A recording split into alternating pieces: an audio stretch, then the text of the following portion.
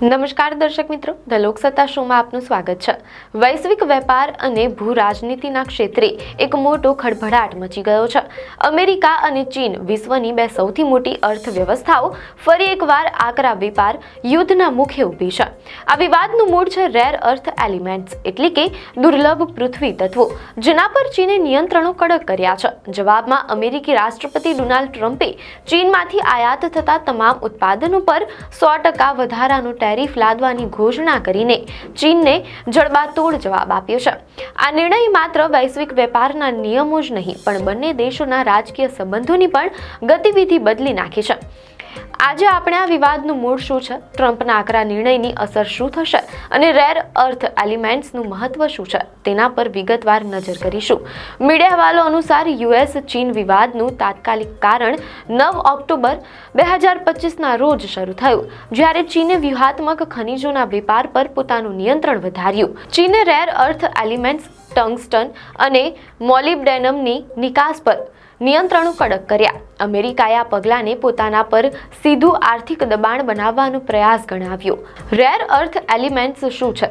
તો rare earth elements એ તત્વોના આવર્ત કોષ્ટક પિરિયોડિક ટેબલમાં રહેલા લેન્થેનાઇડ સિરીઝના 15 તત્વો, લેન્થેનમથી લ્યુટેટિયમ સુધી ઉપરાંત સ્કેન્ડિયમ અને યટ્રિયમ મળીને કુલ 17 ધાતુ તત્વોનો સમૂહ છે। તેમને સામાન્ય ધાતુઓથી અલગ કાઢવા અને શુદ્ધ કરવાની પ્રક્રિયા અત્યંત જટિલ, ખર્ચાળ અને પ્રદૂષણકારક છે, જેના કારણે તેમને દુર્લભ કહેવામાં આવે છે। આ તત્વોમાં અસાધારણ ચુંબકીય, ઉત્પ્રેરક, ઇલેક્ટ્રોનિક અને ફોટોનિક ગુણધર્મો હોય છે। આ અનન્ય ગુણધર્મો તેમને આધુનિક ટેકનોલોજીના વિવિધ ક્ષેત્રો માટે અનિવાર્ય બનાવે છે। આ તત્વો ઘણા ઓછા પ્રમાણમાં ઉપલબ્ધ હોય છે, પરંતુ આધુનિક ટેકનોલોજી માટે અનિવાર્ય છે। તેનો ઉપયોગ ઇલેક્ટ્રોનિક પ્રોડક્ટ્સ, સ્માર્ટફોન, ઇલેક્ટ્રિક વાહનો, સેમિકન્ડક્ટર્સ અને અત્યાધુનિક સૈન્ય ઉપકરણો બનાવવામાં થાય છે।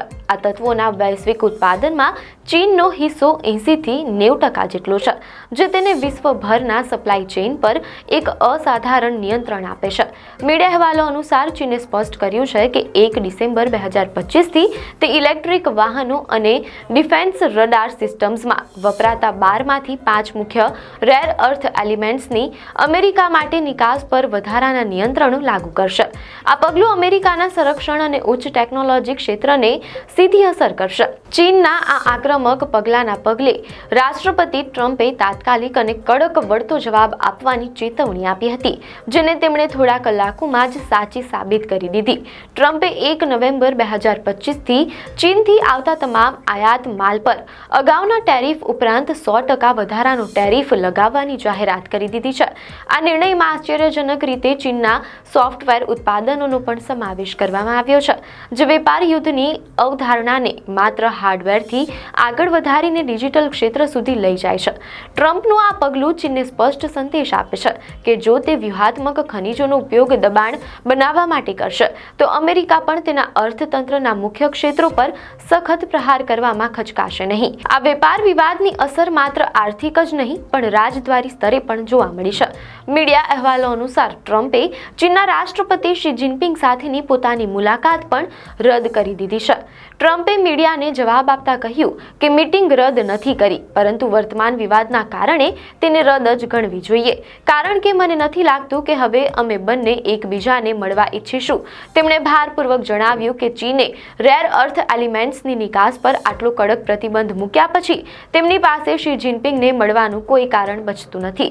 આ મુલાકાત રદ થવી એ બંને દેશો વચ્ચેના સંબંધોમાં વધતા તણાવનો સ્પષ્ટ સંકેત છે। ડોનાલ્ડ ટ્રમ્પના આ અચાનક અને આકરા પગલાથી વૈશ્વિક વેપારની સંપૂર્ણ અવધારણા બદલાઈ ગઈ છે અને દુનિયા આ નિર્ણયથી આશ્ચર્યચકિત છે। ચીન વિશ્વનું સૌથી મોટું ઉત્પાદક હોવાથી 100% ટેરિફથી અમેરિકન બજારોમાં ચીનથી આવતા ગ્રાહક ઉત્પાદનોની કિંમતોમાં અસાધારણ વધારો થઈ શકે છે। રેર અર્થ એલિમેન્ટ્સ પર ચીનના નિયંત્રણોને કારણે ઇલેક્ટ્રિક વાહન નિર્માતાઓ અને ટેકનોલોજી કંપનીઓને વૈકલ્પિક સપ્લાય સ્ત્રોતો શોધવા માટે મજબૂર થવું પડશે, જેમાં સમય અને મોટો ખર્ચ લાગી શકે છે। યુએસ ચીન વચ્ચેના આ વેપાર યુદ્ધના વધતા તણાવથી વૈશ્વિક આર્થિક મંદીનો ભય પણ વધી ગયો છે. આ સંકટ અન્ય દેશોને રેર અર્થ એલિમેન્ટ્સના ઉત્પાદન અને પ્રોસેસિંગમાં આત્મનિર્ભર બનવા માટે પ્રોત્સાહિત કરી શકે છે, પરંતુ આ પ્રક્રિયા લાંબા ગાળાની હશે. ડોનાલ્ડ ટ્રમ્પની 100% ટેરિફની જાહેરાત ચીનના વ્યૂહાત્મક દાવ સામે અમેરિકાનો આક્રમક જવાબ છે. આ યુદ્ધ માત્ર વેપારના આંકડાઓ પૂરતું સીમિત નથી, પરંતુ આધુનિક ટેકનોલોજી અને ભવિષ્યના સુરક્ષા હિતો પર નિયંત્રણ મેળવવાની લડાઈ છે.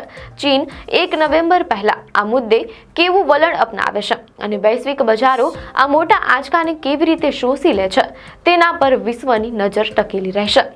આપને માહિતી સારી લાગી હોય તો વિડીયોને લાઇક અને શેર કરજો, ચેનલને સબસ્ક્રાઇબ કરજો.